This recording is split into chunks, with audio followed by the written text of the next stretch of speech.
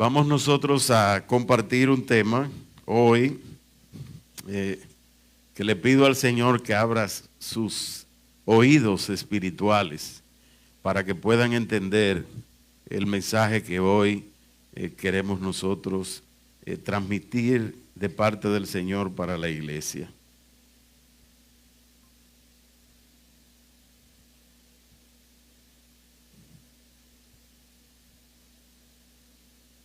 Vamos a leer en Jeremías capítulo 2, verso 13. La palabra de Dios la leemos en el nombre del Padre, del Hijo y del Espíritu Santo.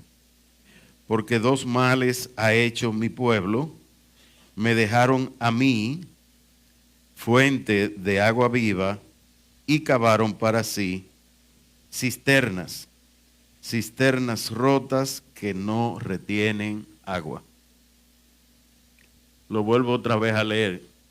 Son dos males en que ha incurrido mi pueblo. Me han dejado a mí, que soy fuente de agua viva, y han cavado sus propias cisternas rotas, tan rotas que no tienen capacidad para retener el agua.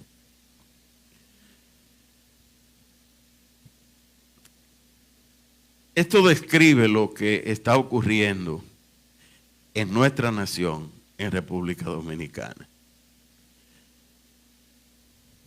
Dos males en los cuales ha incurrido nuestra nación. ¿Cuál es?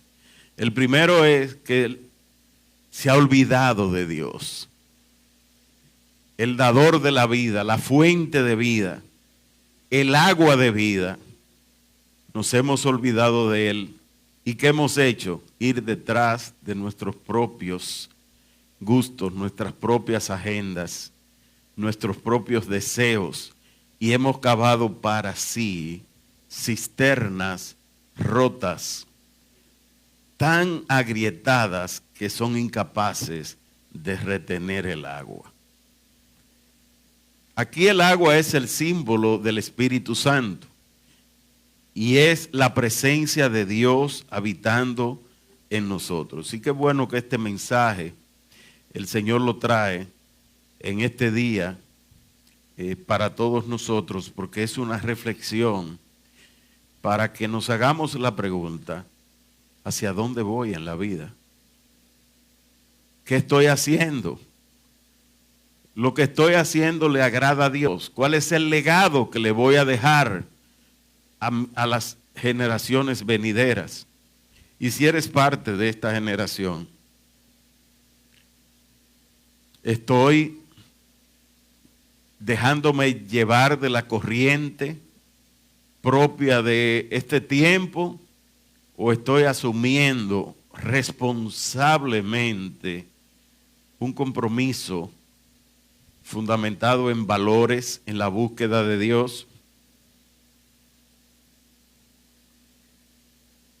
Yo no sé si ustedes han visto esa experiencia, pero yo la he visto muchas veces. El bullying de los jóvenes frente a los jóvenes cristianos. Los jóvenes que no son cristianos, pero también de esposos que son burlados o hemos sido burlados por aquellos que dicen: ¿cómo que tú solamente tienes una mujer? Pero tú estás loco. Porque hoy lo que se estila es, si tú tienes dinero, es de tener una esposa, que es la oficial, una novia, que antes le llamaban querida, y una amiga que es con la que de vez en cuando también doy mi palito, ¿verdad? Wow, eso es lo que hoy nosotros estamos viendo. Y la gente lo hace, y ustedes me dirán: pastor, pero no hable eso. ¿Cómo no lo voy a hablar? Claro que tengo que hablarlo. Porque vemos nosotros en los jóvenes que no quieren casarse. Dígame, ¿cuántos jóvenes van al altar para tener una experiencia sexual de primera vez después que se hayan casado. Eso es de antiguo. La modernidad es tener relaciones y al final, si me conviene, me uno, el motivo que sea, pero de ninguna manera voy a asumir ningún tipo de compromiso. Ningún tipo de compromiso. Y es una cultura que se ha introducido en los últimos años. Y claro que esto es cumplimiento de la palabra profética, cuando dice que la maldad de muchos endurecerá el corazón de los buenos. Porque llega un momento que los jóvenes dicen, el varón dice, pero ven acá, ¿y por qué yo me tengo que echar arriba a una mujer obligado? Yo mejor la disfruto y si me conviene, después me caso. Y la muchacha dice, pero ven acá, ¿y por qué tengo yo que ser la única? Si todas mis amigas viven con sus novios, ¿por qué yo no? Estoy hablando cruel, pero cuando el profeta Jeremías habló, le habló a un pueblo que le había dado la espalda a Dios. Y Jeremías pasó por cosas que quizás yo no estoy pasando para decirle a ustedes esta palabra. Quizás pasé otras cosas. Pero Jeremías tuvo un tiempo en una cisterna. Lo metieron en la cisterna. Y Jeremías tuvo que padecer el sufrimiento de que lo escondieron en una cisterna, llamándole loco. Es decir, lo sacaron de la sociedad. Porque eso que él está hablando, eso es de loco. Eso no es lo popular, eso no es lo que la gente recibe y en lo que está de acuerdo. Cisternas rotas. ¿Cuál es este simbolismo de cisternas rotas?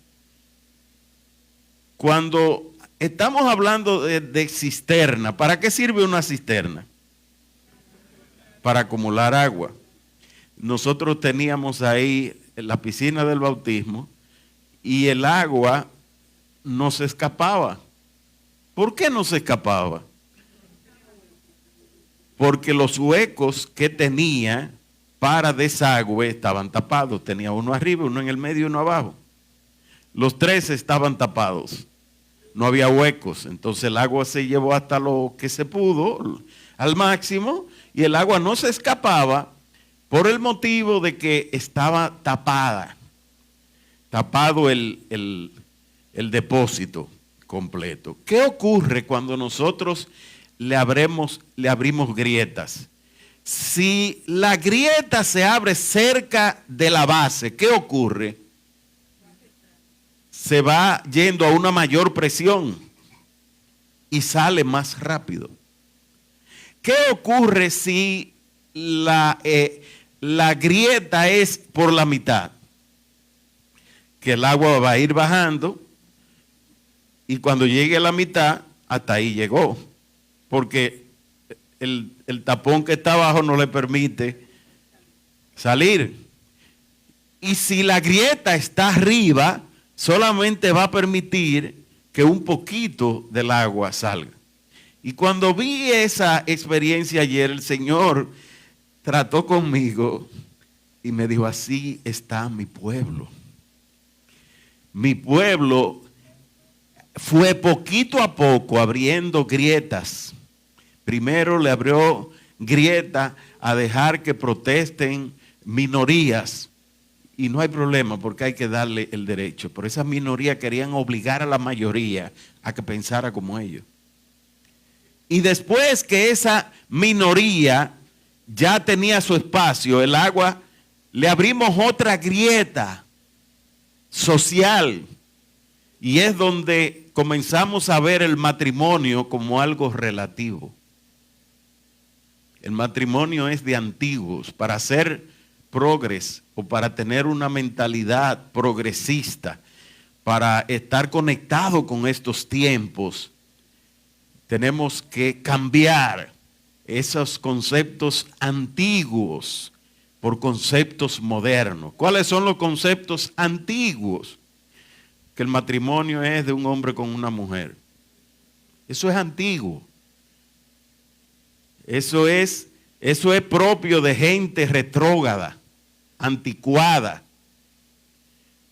Ya el matrimonio hay que cambiarle el concepto. ¿Y qué ha ocurrido? Que esas sociedades que se adelantaron a hacerse progres, hoy están en crisis. Si nosotros vemos la sociedad española, hoy está en crisis. ¿Sabe por qué? Porque la mayoría de las personas ahora están en edad. Ciertamente ha aumentado la expectativa de vida, pero el índice de natalidad es negativo porque los jóvenes no quieren tener hijos. Y mueren más personas que las que nacen, pero los que mueren cada día son menos porque la calidad de vida ha aumentado. En algunos casos, por ejemplo, en España de 77 años, que era en el año 2000, a 85 años en la actualidad. Quiere decir que la sociedad tiene que mantener a los viejitos. Pero esos viejitos no pagan impuestos directos, pagan impuestos indirectos, el IVA, lo que aquí es el ITEVI y esas cosas. Pero ellos no sostienen la economía. ¿Quiénes son los que sostienen la economía? Los contribuyentes jóvenes, que aportan para el futuro, los que no cobran una AFP, los que no cobran un seguro social.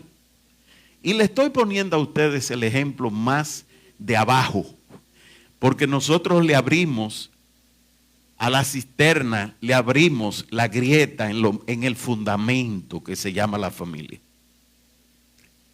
Le abrimos la grieta en el fundamento que es la familia. Y hemos vendido una idea de felicidad en las cosas del mundo. Y muchas veces esos criterios de felicidad los hemos traído a la iglesia. Y lo hemos mezclado. Por ejemplo, para tú ser feliz tienes que tener dinero. Y aquí yo quiero repetir algo, una reflexión que publiqué la semana pasada. Quiero repetirla para aquellos que no la hayan visto, compartir con ustedes esta reflexión hecha con mucho temor en el Señor. Primero quiero preguntar, ¿es lícito para un cristiano poseer bienes materiales en abundancia? ¿No? Por eso estoy haciendo la pregunta. Es decir, ¿el rico ya se fue para el infierno? Pero es difícil que entre. ¿Por qué es difícil que entre? Porque es difícil que no se apegue a la riqueza. Es difícil que no se apegue a la riqueza. En mi caso, yo le puedo decir a ustedes que cuando yo recibí esta palabra después de haber venido a los caminos del Señor, yo dije, wow, qué peligro con ser rico. ¿Es malo? No. El problema está cuando la ambición es lo que controla tu corazón. Y déjeme decirle, muchos de nosotros podemos decir, no, porque la ambición a mí no me controla. ¿Ustedes saben dónde que se prueba la ambición? Cada vez que tú consigues una bendición financiera, tú quieres otra más grande. Es ahí que se prueba. Porque la ambición no es propia del rico, la ambición es propia del corazón del ser humano. Y la ambición la puede tener uno que reciba salario mínimo por igual.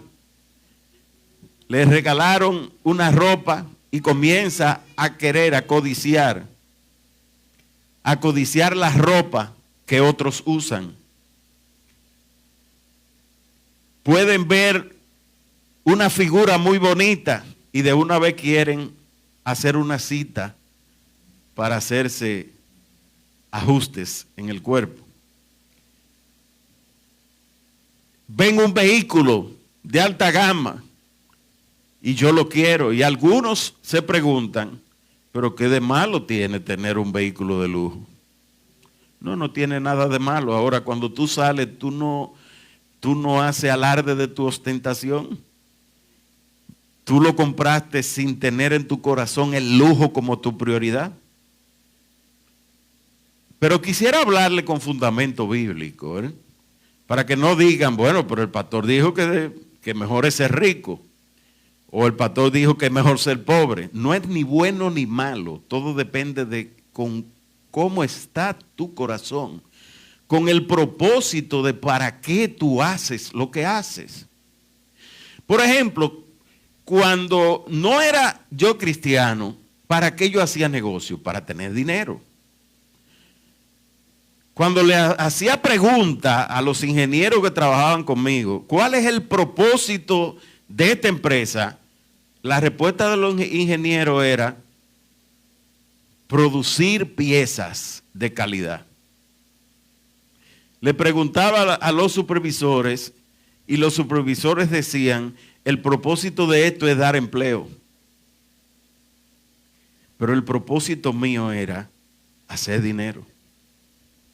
Cada quien tiene su propósito. Y yo quiero hacerte una pregunta. ¿Cuál es el propósito que hay en tu corazón? Tú puedes ser un asalariado de sueldo mínimo y tu corazón está lleno de maldad.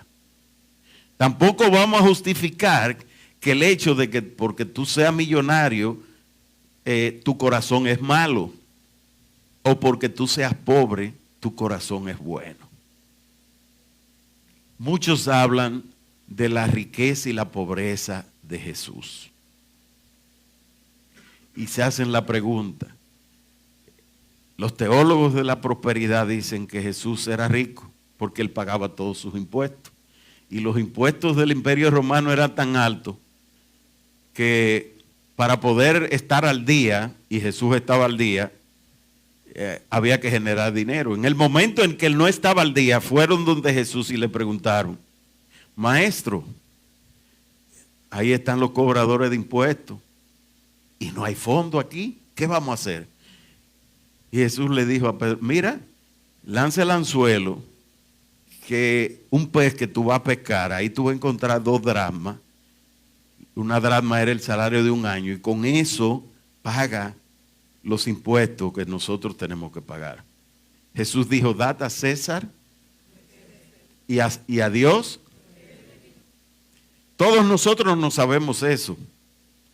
Dale a Dios lo que es de Dios y a César lo que es de César. Pero nosotros siempre hacemos la primera parte. Dad a César lo que es de César. ¿Por qué? Porque estamos obligados. Usted va al supermercado y usted hace una compra y usted no puede decirle a la cajera, a mí no me cobre ITEVI.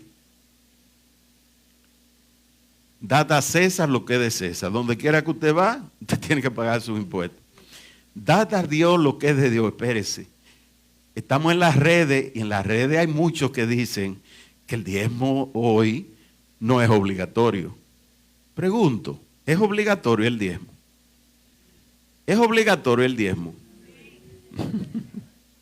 Mire, le estoy haciendo a ustedes preguntas porque creo que mi responsabilidad es aclarar cosas que en las redes vuelven locos hasta nosotros los pastores. El diezmo hoy no es obligatorio en este tiempo. Estamos en el tiempo de la gracia. El diezmo hay que hacerlo con amor, con gratitud, no por obligación. No por obligación. Dejó el diezmo, ya se extinguió la acción penal del diezmo. No.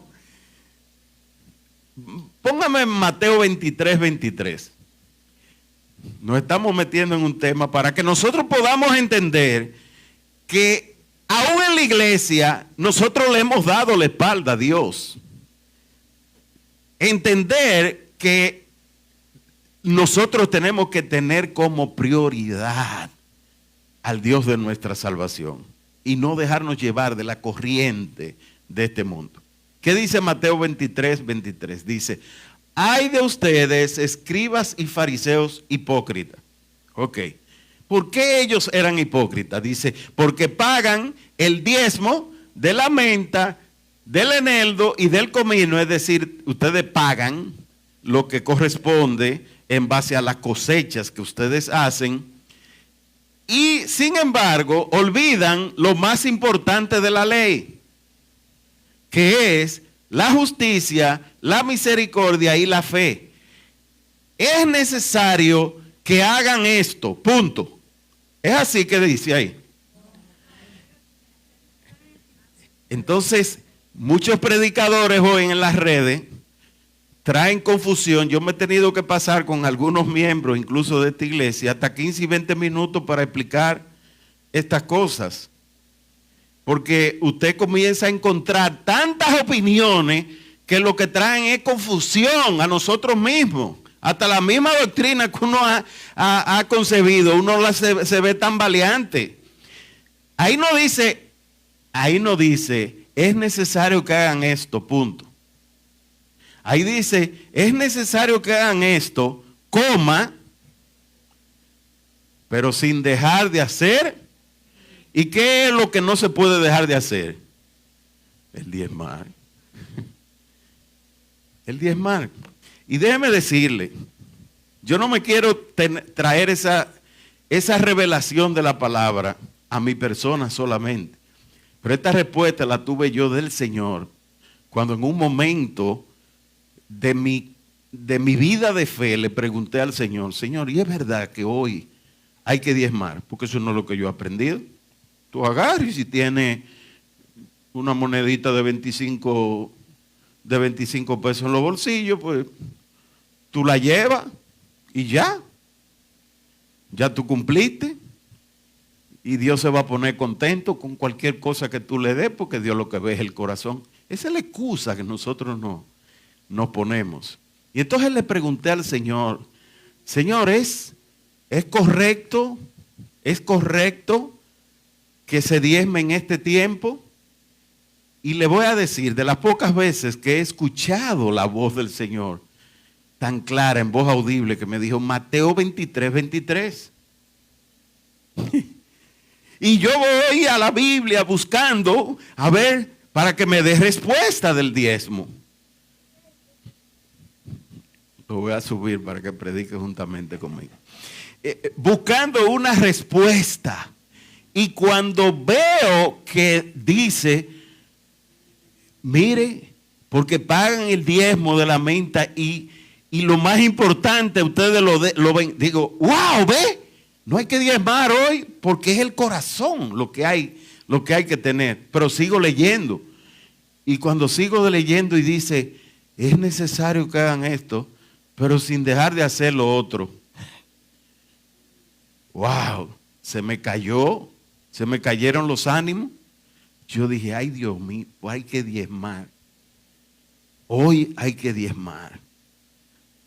Tenía una doctrina que había aprendido. A Dios no hay que hacerle tantas cosas, con unos cuantos rezaditos que tú hagas y le das una cuentecita de vez en cuando. Ya Dios está tranquilo. Eso de relación, de estar todo el día buscando de Dios. Y le hemos abierto huecos a la cisterna. ¿Para qué? Para que la presencia del Espíritu Santo se vaya de nosotros.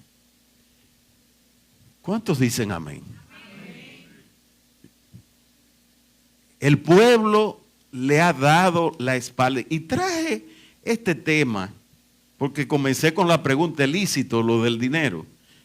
Pero, ¿por qué traigo el tema del diezmo? El diezmo no debe ser por obligación. No debe ser por obligación. ¿Y cuál es el monto entonces? Bueno, la ley establecía 10 y ahora usted le llama a Dios de más del 10.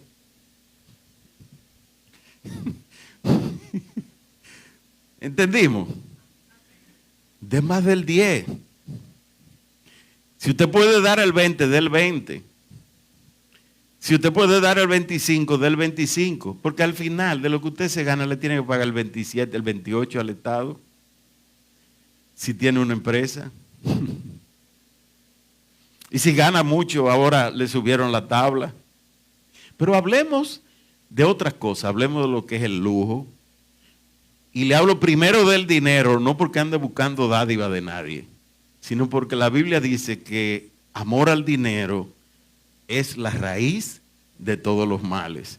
Y la primera tentación de Jesús fue que el enemigo le dijo, haz que estas piedras se conviertan en pan. Es decir, consigue tu provisión, sustento con esas piedras, pensando en tener, en acumular, en guardar para cuando me dé hambre, porque tengo mucha hambre, y déjame comer y guardar para el futuro.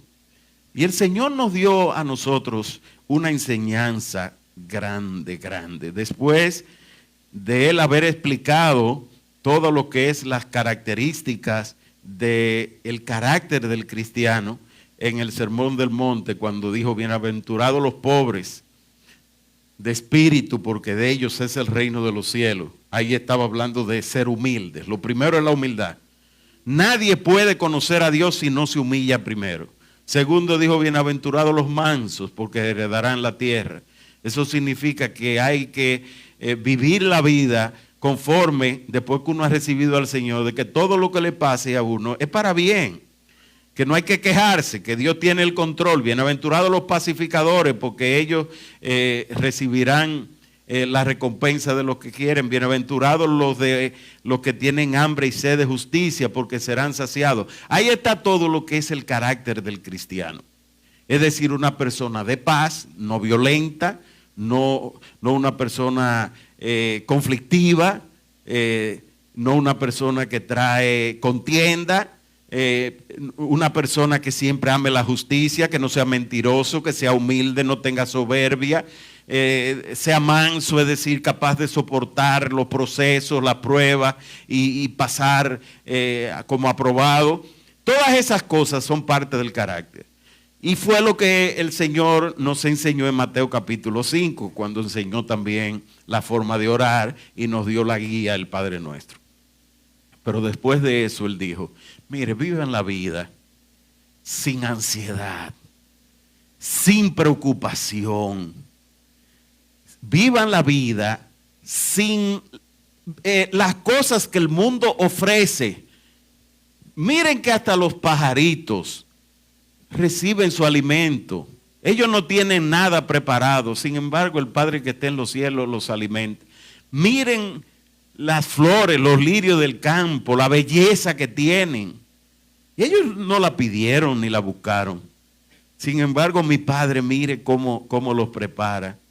Y finalmente terminó diciendo algo que nosotros no lo sabemos de memoria, pero qué difícil es vivir eso. Mateo 6:33. Cuando estaba preparando esto, yo nada más veía 6:33. 6:33. 6:33. Wow. Ustedes saben que el 6 es bíblicamente, hace referencia a las tinieblas. El 666 es el sello de la bestia, bíblicamente en Apocalipsis. Pero el 3 hace referencia a Dios. Y yo no quiero hablar de algo que es mágico, ni que tenga tampoco nada de extrasensorial. Pero este versículo 6:33 comienza por el diablo y termina por Dios. 2 veces lo reafirma.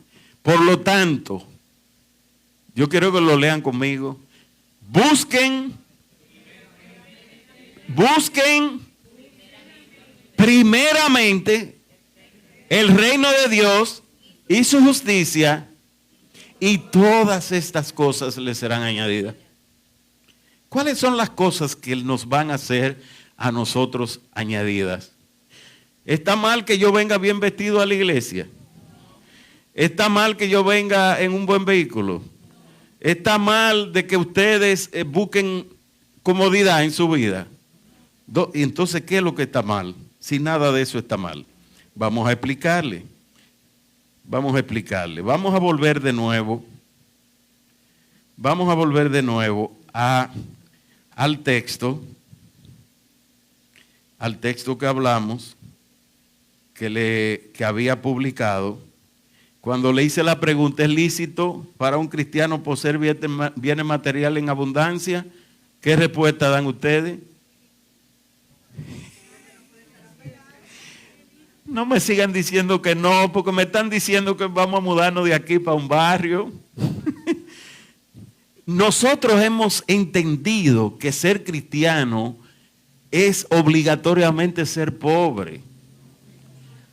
Y mucha gente no aceptaba el mensaje del Evangelio porque entendía que el Evangelio de Jesucristo era para aquellos que con un megáfono y con un saco mal planchado, mal combinado y con zapatos rotos están en una esquina predicando. Esos hermanos, mire, les amamos, les respetamos y son los que abrieron el camino para que nosotros hoy recibamos el Evangelio.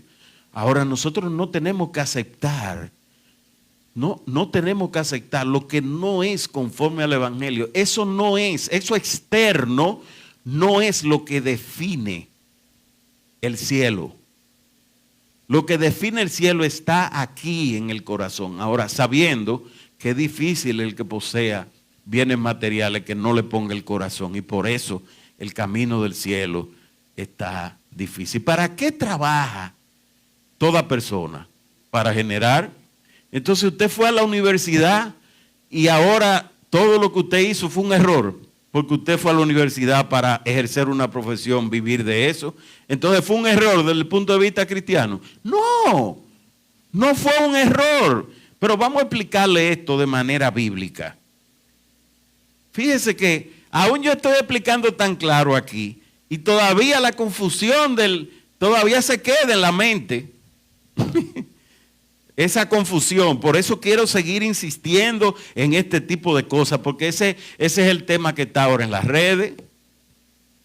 Ese es el tema que nos han puesto a hablar a todos, a la nación.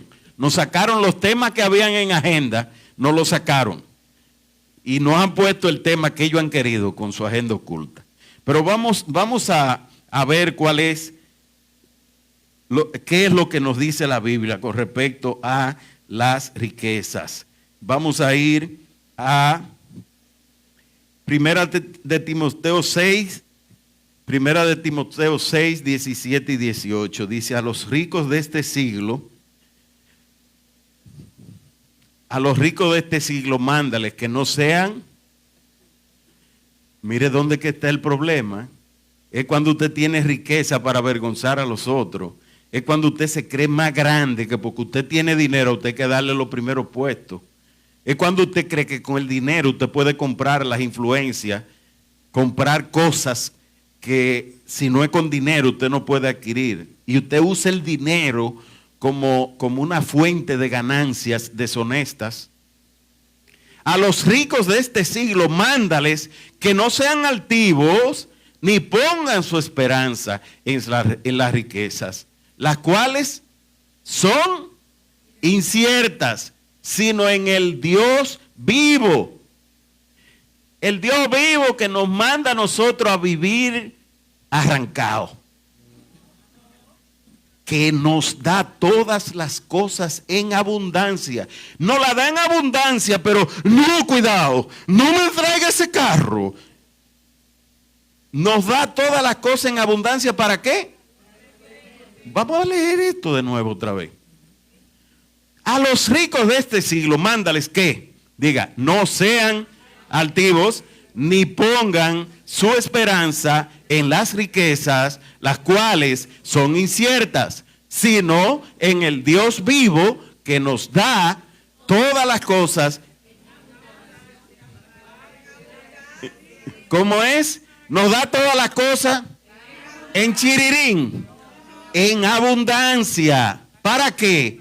Ay, para que las desechemos. No, para que las disfrutemos. Entonces, ¿es lícito o no tener cosas? Claro que es lícito. Y entonces, ¿dónde que está el problema? Vamos a seguir hablando sobre este tema. Dice el verso 18: ¿Para qué tú tienes la riqueza? Para viajar a Europa, para comprarte marcas, para irte en un yate y entonces en el yate grabarte y tú, mucha gente te estén observando, wow, pero mira, compró un yate para tú ir a Europa, a las mejores tiendas y comprarte una marca y entonces después exhibirla. Cualquier similitud con algún pastor cristiano es pura coincidencia. Mire para qué dice, mándales que hagan el bien y que sean ricos en buenas obras, dadivosos y generosos. Es decir, ¿para qué usted tiene la riqueza? Es para que eso le sirva, para usted disfrutarla y para ayudar a otros. No para ostentación, no para lujo, no para tú hacerte grande y crearle un culto a tu persona. No es para que los demás vean lo grande que tú eres porque tú tienes dinero, porque tú los exhibes. Ahí es donde está el problema, que sean ricos en buenas obras, dadivosos y generosos, verso 19, porque ahí hay un punto y coma, que atesoren para sí mismos un buen fundamento para el futuro. ¿Y cuál es el fundamento para el futuro? Lo que está ahí abajo en la cisterna, a lo cual usted no le puede abrir, la cisterna para que el agua salga, que se aferren a la vida eterna. Que se aferren a la vida eterna. Entonces, ¿cuál es el peligro? ¿Cuál es el peligro de las posesiones, de la fama, de la popularidad, de tener dinero en el banco acumulado? ¿Cuál es el peligro de eso? Que nos dejemos llevar de la vanagloria, porque eso es lo que hace el mundo. Quiero tener dinero para avergonzar a los demás. Quiero tener dinero para yo ser el más grande empresario. Quiero tener dinero para ser el primero en la lista.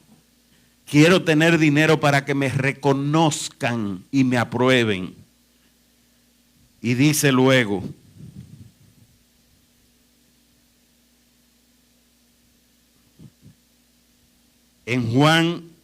en Primera de Juan 2. Vamos a Primera de Juan 2, verso 15.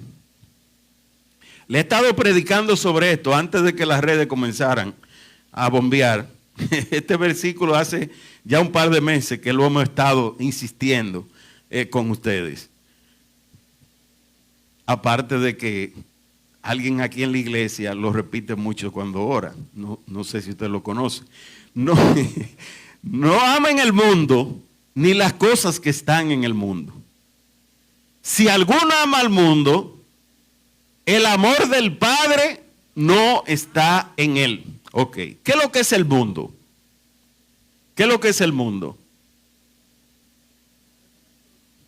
¿Qué es lo que es el mundo? Aquí no está hablando de mundo terrenal, aquí no está hablando de la tierra, del universo. Aquí, cuando está hablando aquí de mundo, está hablando del sistema de pecado, el sistema pecaminoso, donde la gente se acostumbra a hacer cosas buscando felicidad.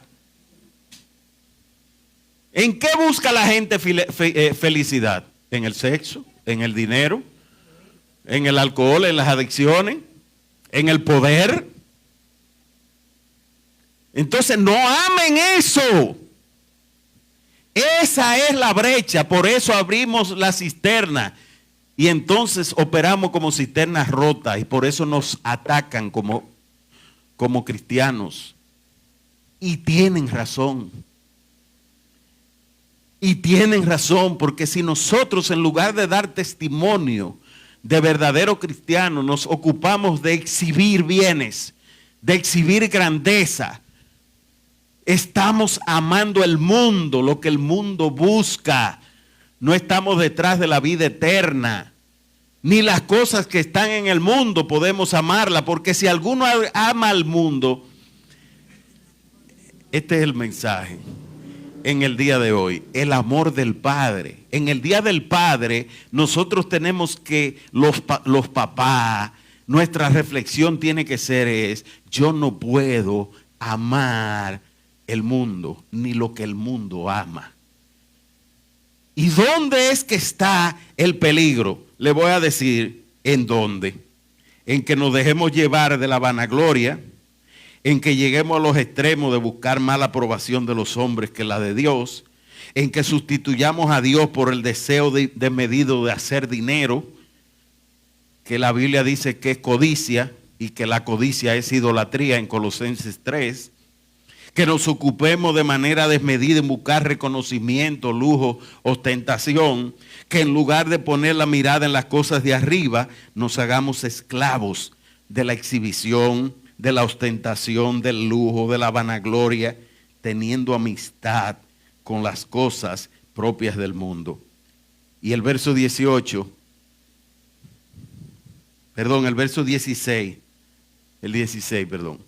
porque todo lo que hay en el mundo, ¿qué es lo que es el mundo? El sistema de pecado. Porque todo lo que hay en el mundo, es decir, los deseos de la carne, tener dinero, sexo, los deseos de los ojos, wow, me gusta ese carro, lo quiero, me gusta esa mujer, la voy a buscar, ese hombre tiene cuadrito, y la vanagloria de la vida no proviene del Padre, sino ¿de qué? Del mundo. ¿Y qué pasa cuando ¿y qué de malo tiene tener lujo? ¿Y qué de malo tiene ostentar? ¿Y qué de malo tiene hacer ciertas cosas? Mira qué dice el verso 17. El verso 17. El mundo y sus deseos pasan, pero el que hace la voluntad de Dios. ¿Ven la diferencia? Ahí está la vida eterna. La diferencia está en que nosotros tenemos en nuestro corazón. Entonces no vamos a intentar decirle a las piedras que se conviertan en pan. Tampoco vamos a lanzarnos al abismo, como le dijo Satanás al Señor. Mira, tú ves todos esos reinos. Tú ves todos esos reinos, te lo puedo dar, lánzate. Y tú verás que los ángeles vendrán del cielo y te van a rescatar. O decirle, mira, ya que tú no estás procurando riqueza, ya que tú no andas detrás de fama y de poder, ven ahora y adórame a mí. ¿Y cómo voy a adorar a Satanás y el diablo? Por muchísimas vías. Por muchísimas vías. Hay vías que son sencillas. Buscando pornografía en el internet es una vía sencilla y rápida de dejarse llevar el diablo. Hay otras formas que son más difíciles. No me voy a enganchar político porque, por favor, hasta ahí lo dejamos. Esas son las tentaciones que Jesús venció por nosotros. Y si de verdad nosotros lo amamos a Él, si verdaderamente hemos creído en la vida eterna del que resucitó de entre los muertos, este tipo de cosas no pueden gobernar nuestro corazón, porque entonces el amor del Padre no está en nosotros. Que Dios los bendiga. Vamos a ponernos de pies.